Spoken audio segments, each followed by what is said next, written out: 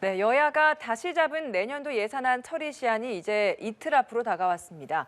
하지만 법인세 최고 세율 인하 여부를 두고 여전히 이견을 좁히지 못하고 있습니다. 여야 대치가 계속되고 있는 상황, 국회 취재기자 연결해서 자세한 내용 들어보겠습니다. 나경렬 기자.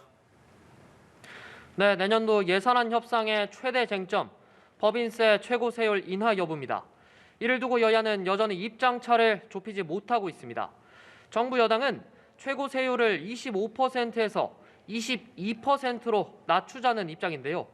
그래야만 국내 기업의 투자와 일자리 창출을 활성화하고 해외 자본을 유인할 수 있다는 겁니다.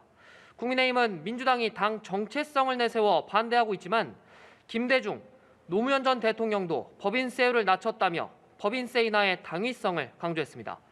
반면 민주당은 이를 103개 극소수 대기업만을 위한 초부자 감세로 규정하고 있습니다. 혜택을 줄 대상은 대기업이 아니라 경제 위기 상황에 어려움을 겪는 5만 4천여 개 중소, 중견기업이란 주장입니다. 민주당은 법인세법 처리를 주문한 윤석열 대통령과 윤 대통령 입만 바라보는 여당 때문에 협상이 좀처럼 진척되지 않고 있다고 비판하기도 했습니다.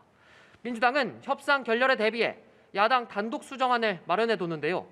야당은 이를 국민 감세안이라고 주장하는 반면 여당은 지난 정부 때 세금을 올려놨다며 제비 다리 부러뜨리고 고치려는 것이라고 날을 세웠습니다. 여야는 오후 2시 국회의장 주재로 만나 예산안 협상을 이어갈 계획입니다. 이렇게 여야 대치가 길어지면서 이태원 참사 국정조사는 제대로 시작도 되지 못하고 있죠. 관련 내용 전해주시죠.